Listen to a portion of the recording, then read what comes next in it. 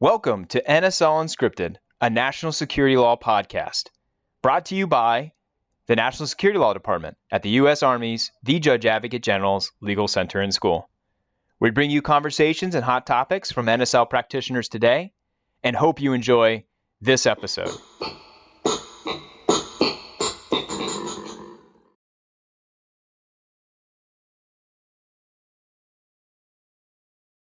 Well, welcome to the NSL Unscripted podcast, where we're going to focus on artificial intelligence today. My name is Brandon Pugh, and I'm a new adjunct professor in the ADN department at the Judge Advocate General's Legal Center and School, and fortunate to work in the cyber and AI space as a civilian. It's my pleasure to be joined today by Lieutenant General retired Jack Shanahan. He has an impressive background in the Air Force, including as a master navigator on multiple aircraft and a commander of the 25th Air Force, also known as Air Force Intelligence. So we have plenty to talk about in the national security arena just from those positions and many others. But I didn't mention his work that is the most timely area for the Department of Defense, in my opinion. That being his critical role in artificial intelligence in the Air Force and since his time retiring. First, General Shanahan, welcome to the podcast. And equally as important, to the Judge Advocate General's Legal Center and School. Glad to have you today. Thanks, Brandon. Really happy to be here up in Charlottesville. And as I said this morning when we met each other, I haven't seen you in uniform. So to see the captain in front of me is a little bit different. And let me just say how much of a pleasure it was speaking to the course this morning, Emerging Technologies, with a bunch of military lawyers, and how important that work is. So I really appreciate you inviting me up and then to be part of this podcast as well. So thank you. No, thoroughly made to join the drive, rather, I should say. And it's incredible because it's typical for grad course students as well as the elective students to have questions, but I think there was a line up after your lectures to ask you questions and engage. So I think it's a testament to you as well as the topic. It is a hot topic, and I bet there were a lot more questions that people didn't want to ask because they feel uncomfortable. But as I say to everybody, nobody understands this that well, so ask your question. Not only are there no dumb questions, there are no bad questions. It's just everybody's working through this. So I was happy to take those, but I'm sure a lot of people will continue to ask questions about this, such an important topic, AI. Exactly. So could you tell us a little bit about your background in artificial intelligence? I kind of shared a little bit about your background prior to your role with Project Maven, but maybe you can elaborate on those. Yeah, so it's an interesting journey to get here, to say the least. So 36 years in uniform, but for the first half of my career, I was in the flying world. And at a 15-year point, I sort of took a turn, a very definite turn, into intelligence for a lot of different reasons. They wanted to bring someone who was an operator into an intelligence group and do a command opportunity. So I did that, and then I did other maybe things that were quite a bit different than the career path for a normal aviator, and that was command and control. I was in policy positions in the Pentagon, and then I was in the Joint Staff as a one-star, doing a lot of strange and different and interesting things there, and then went down to San Antonio to be commander of the Air Force Intelligence Surveillance Reconnaissance Agency, better known as AFISRA at the time, but we turned it into a numbered Air Force called 25th Air Force, and it's changed again because they brought in cyber into it. It's now 16th Air Force. So I say almost a dog's breakfast of background, in a way of saying, literally, I'm Jack of all trades, master of none. I am Jack, but I do a lot of different things. I'm not sure I do anything perfectly. But my last 5 years is what's most important to this conversation, because I didn't expect to be in AI. I have a background in STEM. I was a chemistry major. But as I say, the only time I've used chemistry since 1984 is at the bar, mixing drinks. I just haven't done that much with it. But I had enough of a background to at least know where AI was heading, or at least I thought I did. And we got handed this intractable problem of too much full motion video coming from these things we call drones. We call them remotely piloted aircraft. Everybody else calls them drone. That's the name everybody sticks with today.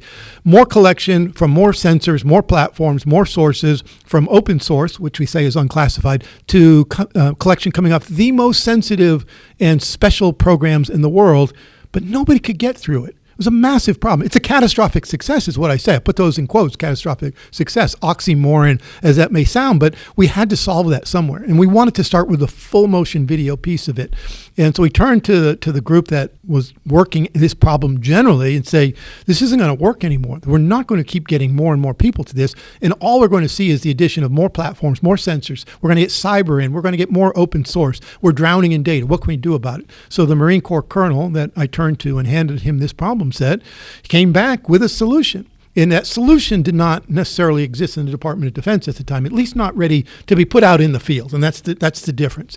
Not that it wasn't very good technology. It was and it is today very good, but it wasn't ready to be fielded. And where do we find the technology? In Silicon Valley. As soon as we went to some of these startup companies and they showed us what they were working with, computer vision, natural language processing, we were off to the races.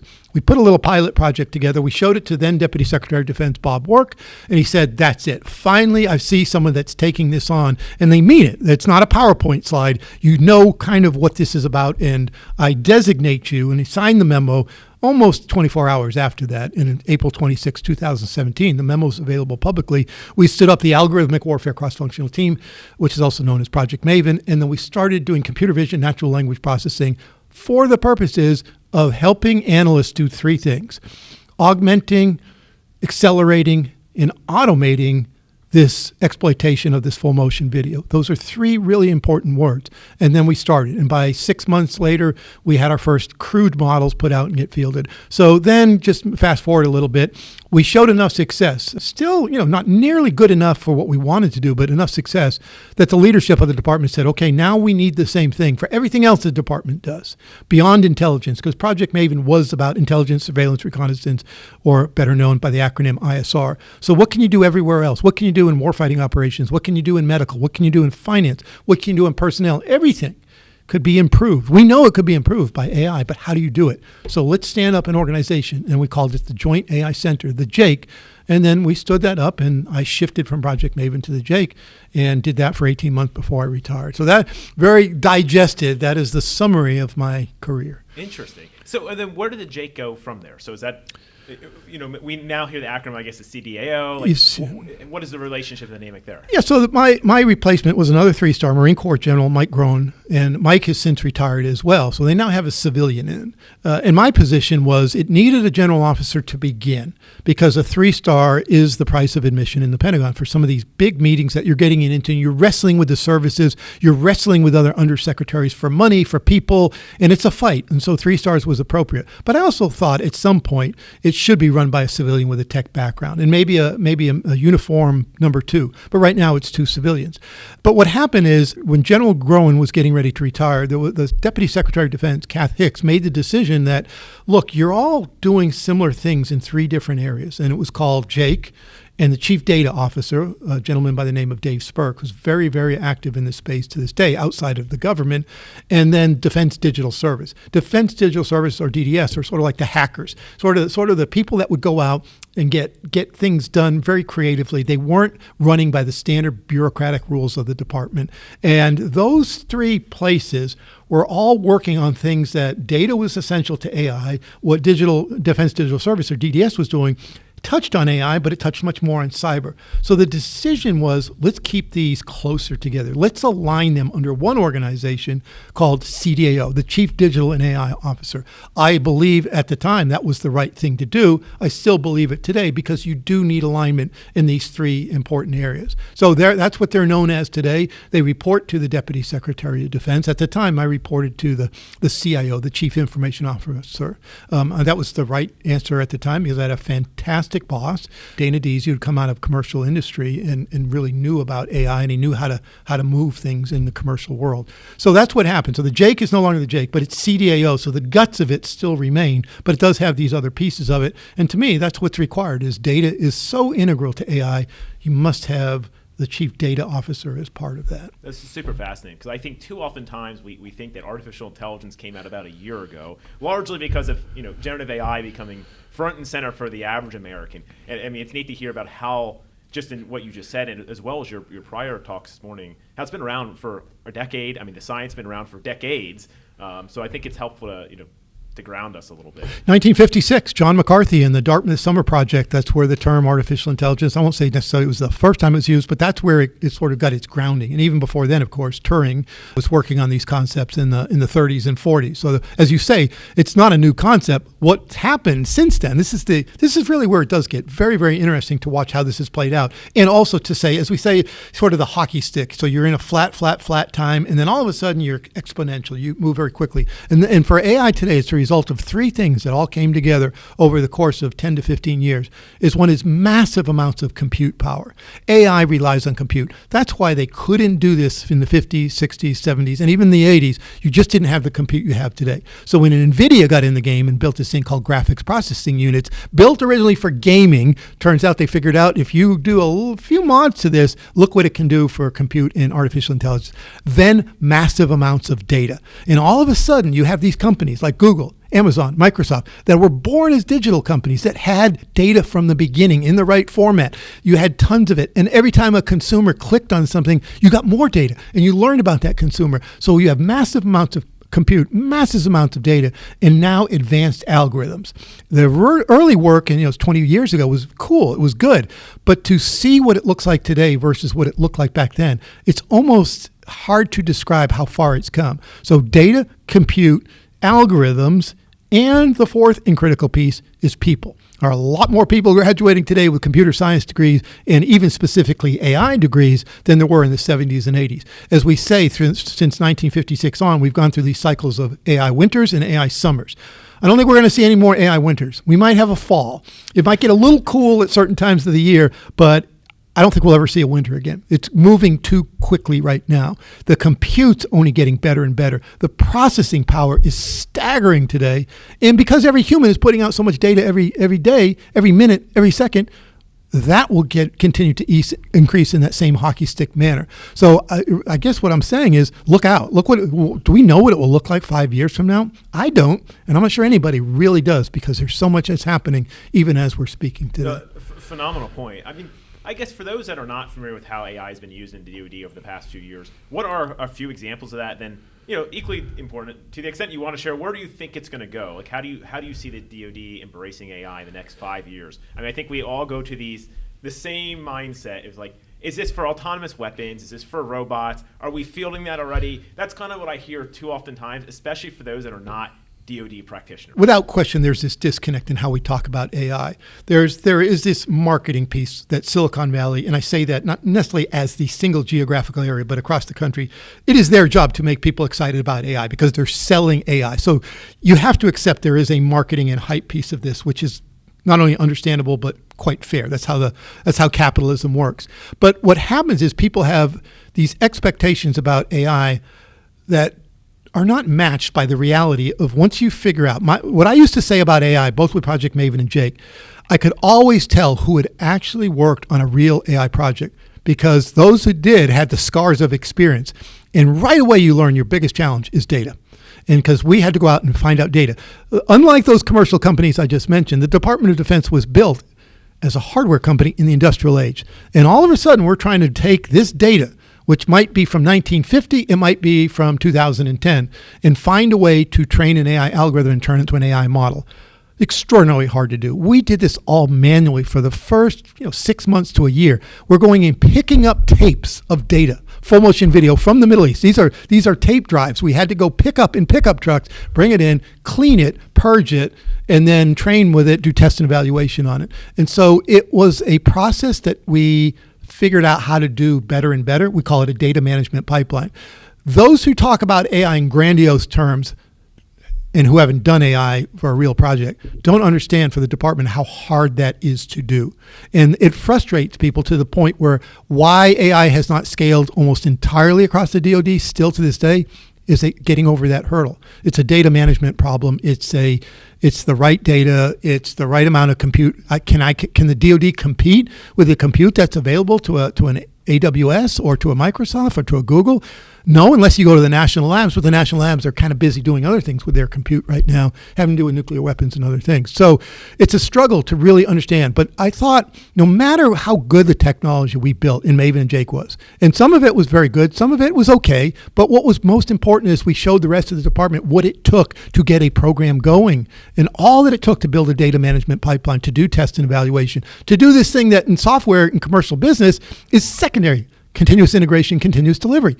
That's a foreign term to a lot of people, to most people in the DoD, CI/CD, or user interface, user experience. It's what commercial companies make their billions off of. And yet with DoD, it's sort of been a take it or leave it philosophy on some of the big weapon systems in the past. So that was what we did. I thought that was so important, is one, a philosophy of this is what it's going to take to get it done, but also changing culture, how important this is. That's super interesting. I mean, maybe shifting over to risks a little bit. I hear a lot of policymakers and certain military leaders as well kind of be concerned about the risks. And I know there's a variety of them. You've written on some of the parallels between how we test and evaluate a traditional weapon system. I mean, what can we learn from that to when it comes to AI? Are there any similarities in risks or something we should be thinking about? What we have done very well in the military and in the intelligence community both is do a risk-based approach to our operations. We don't always put it in the same terms, I think, that I'm beginning to talk about today. But for all practical purposes, it is a risk-based approach to doing something. What is the worst that can happen if we build this technology and field it? And what's the best outcome we can hope for? And then sort of what can happen in the middle? And how could we get more of the good stuff and mitigate the risks of the bad things happening? So I am all about risk acceptance. But to get to risk acceptance, you have to have a risk assessment. So part of this is understanding what do we mean by the risk. We're building new systems that people are not familiar with. So you have to work your way through what do we mean to say there's risks involved with this. And you find that out during the test and evaluation piece of it. So with this idea of a risk-based framework, and as I talked about this morning, there are different ways to do this. The European Union has done this with their new AI Act. They just use a little bit different language. Sort of on one end, you would have what I would say is unacceptable risk. We haven't really defined what that is, but personally, I think a lot of us would say that AI automating the launch of nuclear weapons squarely fits in that category of unacceptable risk. Down in the negligible risk category, it's a process automation back-end business system that's not affecting any warfighting. And then you have sort of 3 or 4 categories, whatever you want, in the middle. And those are where you want to spend most of your time, because the unacceptable ones are almost easy. Like, okay, we're not going to do that. The negligible ones are negligible for a reason. You don't have to spend a lot of time, especially as lawyers, on that. But in the middle, I think that's where you're going to spend an inordinate amount of time to understand what those risks are. But if you've never dealt with this technology, it's hard to know what those risks are. So to me, it's about working through that test and evaluation process, understanding the risks, and then once you assess the risk, somebody has to buy the risk. Who buys it? Is it a captain? Is it an E8? Is it a 4-star general officer? Is it the president of the United States? I guess my answer is it depends, but you've got to put it out in the open, and that's the lawyer piece of this. They ought to be side by side with the operators and saying, okay, what's the risk here? And then once you know the risk, you can start taking actions to mitigate those risks. So I would say in general, we're a little risk adverse or a lot risk averse, depending on who we're talking about in the department and in the intel community. And when it comes to AI, I think we have to be a little bit more risk tolerant. In some cases, we have to be a lot more risk tolerant because this is different and we have to move faster on it. But we do need to understand the risks. I think that's the big point. No, I agree. And I think it's like any form of technology. It's my personal opinion. There's tremendous opportunity, but there's also risks, and we should work through them. I mean, I think we foreign actors, whether they be nation states or criminal groups, are going to exploit technology to the extent they can. So how can we use it to combat them or get ahead of them, hopefully? Yeah. So let me pull on that risk piece a little bit. I've used this, and I've gotten a little bit of pushback by a couple of people, but I think it's illustrative. So if in 1950 you took the world's top physicists from every country around the world and you gather them together and you say, okay, how many of you believe that nuclear weapons potentially are an existential risk? Every single hand in that room, I would expect to go up. Now, some would say, yes, they're existential risks, but we need them because that's how we deter war in the future. But every one of them would agree this is a different kind of risk, and it does threaten humanity.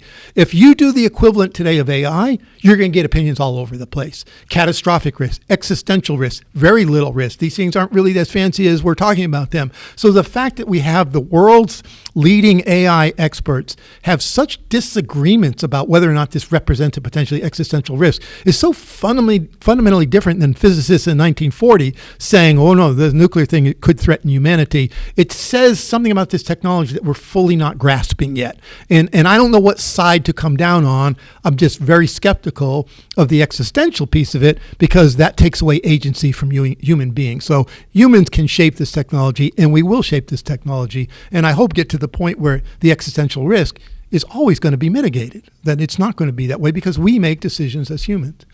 Exactly. And to what extent is the DoD and then the CDAO leaning into some of these frameworks already? So I know they've put out ethical principles. They have, governance structures. The last NDA has elevated them in their, prominence within the department. What are your thoughts around that? Yeah, so I would like to see it move a little faster, to be honest with you. And I would also like to see the combatant commands be the center of attention. I used to say when I was took my first 18 months getting the organization up and running, the JAIC, my time was spent getting the military services bought into what I was trying to do, because I was somewhat of a threat to them. I was taking some money, I was taking some of their people, but what I hope would happen is after I left, the focus would go to the combatant commands, the warfighting commands. The services as service providers would need to build things, but they would be building them for a future fight that the combatant commanders. So I would like to see that move a little bit faster. But on the other hand, the thing I'm extraordinarily proud of is these responsible AI program we put together. And we came out with AI ethics principles based on what the Defense Innovation Board had put together on an 18-month listening and speaking tour throughout the United States of America, saying, well, what do you think about AI ethics in DoD? Some, of course, would say those two things don't go together. We don't like AI in the military. Others would be much more thoughtful in that, say, well, here are the things we think you should be thinking about. They proposed those principles to us. We modified them very slightly, mostly just not in the adjectives, but in the actual wording of what we said, present them to the Secretary of Defense, and he signed them out in January of 2020. And I think they're very good. And when I say responsible AI, I mean about those AI ethics principles, but also test and evaluation. The combination of those two things is AI assurance. And that to me is important. And people say, why did you focus so much on that as opposed to just getting the stuff in the warfighting? Well, so I was equally focused on the warfighting, but I came from that era where Project Maven and Google had our disagreement, and there was so much suspicion from the outside of what we were doing in the department. Why shouldn't we try to be more transparent? I don't want to reveal operational sensitive information about what we're building and why we're building it, but let's have a conversation publicly about where the United States taxpayers' money is going to fund. So I thought the responsible AI was the right thing to do. I believe it today, and I don't believe it slows us down as some might accuse it happening, but I believe it can be used to show we're responsible stewards of this new technology. And people on the outside, when it comes to AI, can be very, very suspicious of what the department is doing. They don't believe that we're trying to do the right thing. I do believe. No, I believe war is war, and things happen in war that are unexpected, and it's chaos, and people die, and all those other things that happen in wartime. But we're going to do everything possible before war to get this right. So I'm very happy about what we did on that. And as I say, I think you can do this at the speed of operational relevance. You don't have to slow down so much that these things are never going to be fielded. I'm all about moving faster. I really believe we have to move faster, but I also think we can do it responsibly. While on the topic of directives and frameworks and guidance, how does, for those that are not familiar with Directive 3000.09, like, what exactly is that? Was it a big shift in where the DoD was? It's called DoD Directive 3000.09, which is such a department way of saying that. People are like, oh God, there's a number. But the title of is Autonomy in Weapon Systems. It was written in 2012. It had to be reviewed at the 10-year point, and it was opportune time to review it because it was written about autonomy, not about AI, because there really was no AI to talk about in the Department of Defense in 2012. But the revision, it's not a sea change. It is not throw the old one away and write a new one, which we talked about that when I was in the JAIC. We knew we needed something different to account for AI, but the way it came out, I thought was very good, which is add some things specifically about AI. Still, the basic document is still the same document. Add more about AI, add more about test and evaluation, add about the AI ethics principles, and make it clearer about the review process that you must go through before you were to, one, develop an autonomous weapon system, AI-enabled or not, and then two, before you actually field that weapon system. And it's laid out. I have asked this over and over again. I know of no other country in the world that has an unclassified web-available document that says, here is the United States Department of Defense policy on autonomous weapon system. And it's there for anybody to read. So it's a very good, and it has more constraints than some people may believe because they want to think that the DoD is just going to move so quickly. We're going to do killer robots and nobody will be held accountable, or there won't be consequences for our actions. But this document's a good starting point. And as we talked about in the session this morning, now some more has to happen behind that document. Each of the military services need to add their individual service flavor to it, and we have to add a little bit more beef to the actual process you would go through using 3000.09 as the framework. But there's a lot more to be done. But I think it's a wonderful document. It's not perfect. We're going to find some holes in it. But the fact that it now covers autonomous weapon systems and AI-enabled autonomous weapon system is great. That's what it needs to have done. And it will get better over time. The next time somebody says, nope, we were missing this, we have to add this about this review process. But it's a very good document. That's interesting. I definitely appreciate that. I'm curious, so what do you see the role of a judge advocate in both that directive as well as just AI more broadly? I know you had mentioned earlier about your interactions with somebody, well, I guess was not actually serving as a judge advocate, but just happened to be an attorney. So it's interesting to see how attorneys are kind of the front and center. They're going to be in the middle of this. And I'll come back to, I didn't fully answer your question about what DoD and where AI is. So it's computer vision, it's natural language processing. And the bumper sticker I offer to the audience is, I am confident that AI can in some way, shape, or form improve every aspect of the Department of Defense and the intelligence community operations. And I say from undersea to outer space to cyberspace and everything in between. That's a blanket statement. In some areas, it'll do that a lot faster than others. In some areas, AI may not be the solution. It may not be the solution for 5 to 10 years. It depends. There are a lot of tools out there that are not AI that are extraordinarily effective at doing what they do. But I think overall, every mission in the Department of Defense is going to get better. And when we talk about anything having to do with department, lawyers are part of that conversation. They've been a part of the conversation in every command opportunity I've ever had, everything from discipline to weapon system employing to collateral damage, civilian casualty estimates, and all those other things. Lawyers are front and center in those conversations. And they will be as much or not even more in those conversations when talking about AI. The difference is, of course, it's going to be new and it's novel for a lot of people. So what I said this morning is don't forget precedents, stare decisis, all those other fancy Latin terms that lawyers love to throw out on the table. Exactly. Don't lose those. They're still good. International humanitarian law has not changed. Law of armed conflict has not changed. Rules of engagement will be modified by operation. Special instructions will be modified. Commander's intent. Don't ever give up on those. But now we have to think a little bit differently about what is so different potentially about this AI thing that lawyers have to get a little bit more specialized knowledge in those areas, which I think is an education, training, and then practical use piece of it. Sit down with people and say, how does this thing really work? As I said this morning, sit down with somebody and learn how test and evaluation of AI is done. By the end of 30 minutes to an hour, now I get it. I'm going to be a better lawyer because now I understand how they work and more importantly, how they don't work, which is a lot of what this conversation is about, is what AI can't do as opposed to what it miraculously can do. Completely agree. You said something earlier that stuck with me. Is just, if you don't know the answer, don't be afraid and don't be bashful to just say that, especially if you're advising a commander, because this technology is new. It's impossible to have the answer to everything, and there's some novel legal questions that come up. Yeah. I've been reminded of this point because some people write, even 4-star generals quoted in articles with journalists saying 3000.09 prohibits autonomous weapon systems. It does nothing of the sort. It allows them, but it says, here's what you have to do it. So they're allowed. Now the question is, where you are in that process. But as I said this morning, that was the last thing on my slide when I talked about what I think lawyers will be involved in when it comes to AI. I had 100 other things before that, just talking about everything from data protection, specialized licensing agreement, contracts and acquisition, all those sort of what feel like more mundane day-to-day.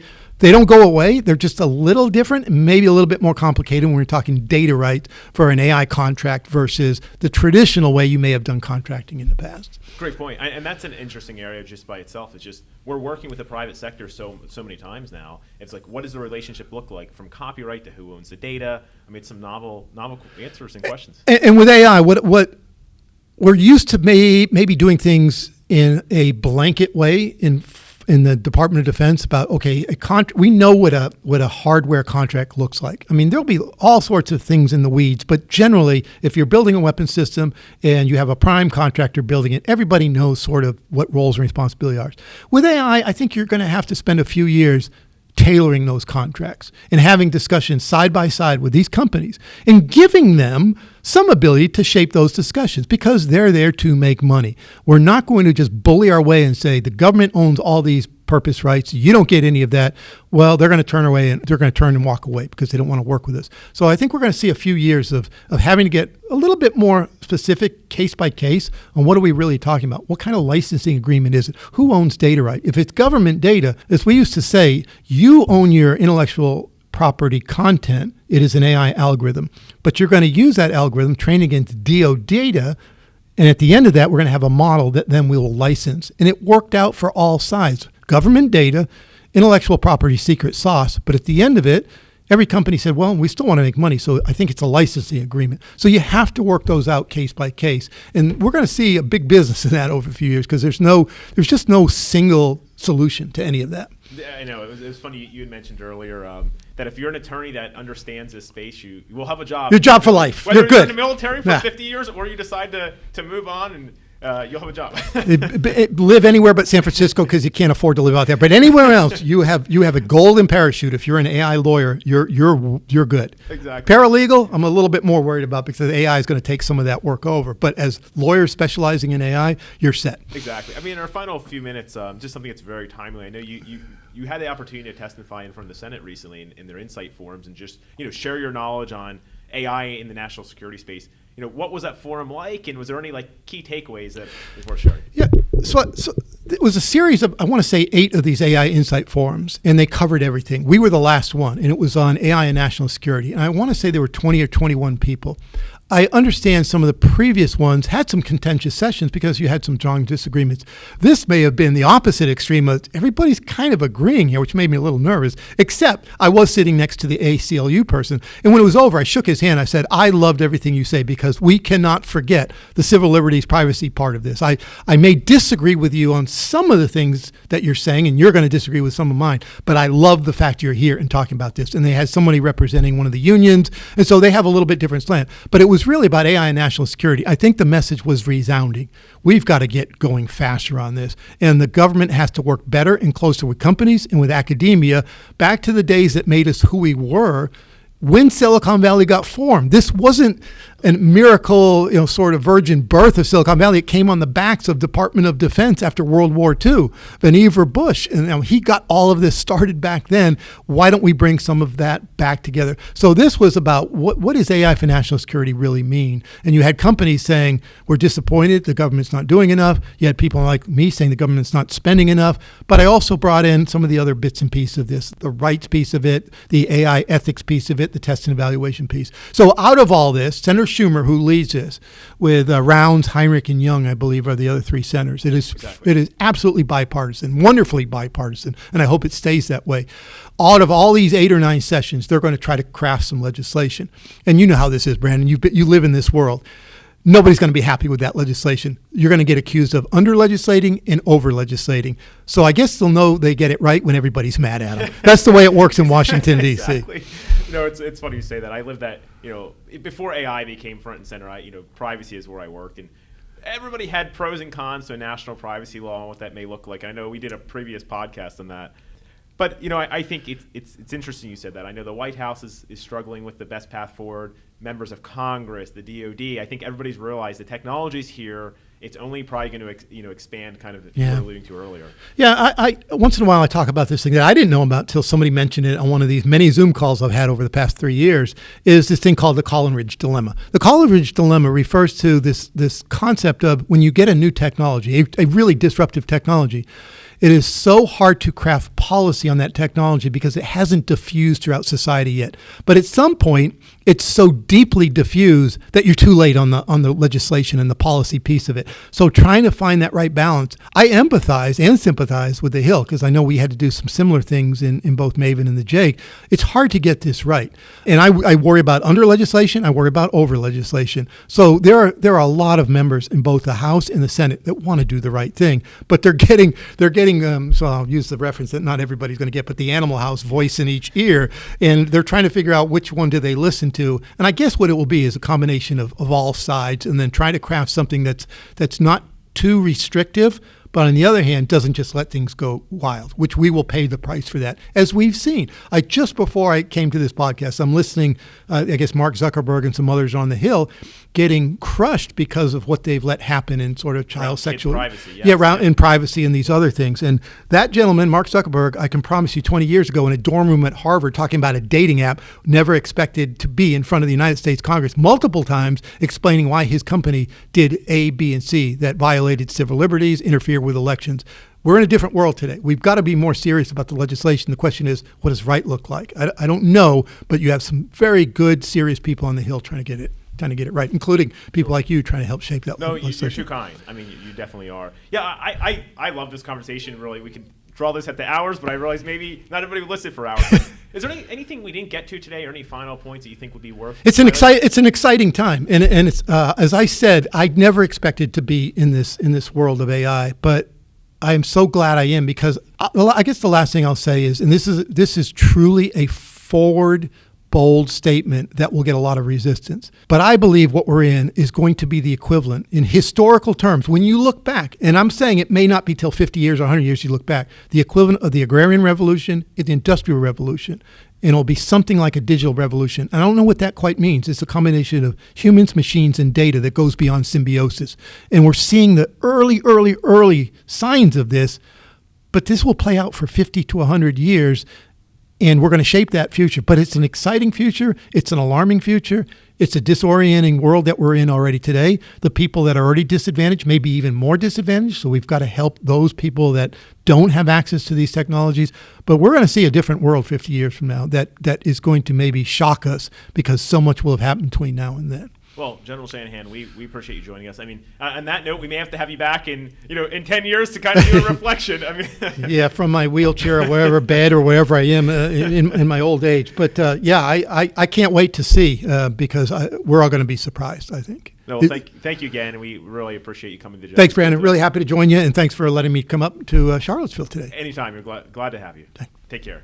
This episode of NSL Unscripted was brought to you by the National Security Law Department at the U.S. Army's The Judge Advocate General's Legal Center and School.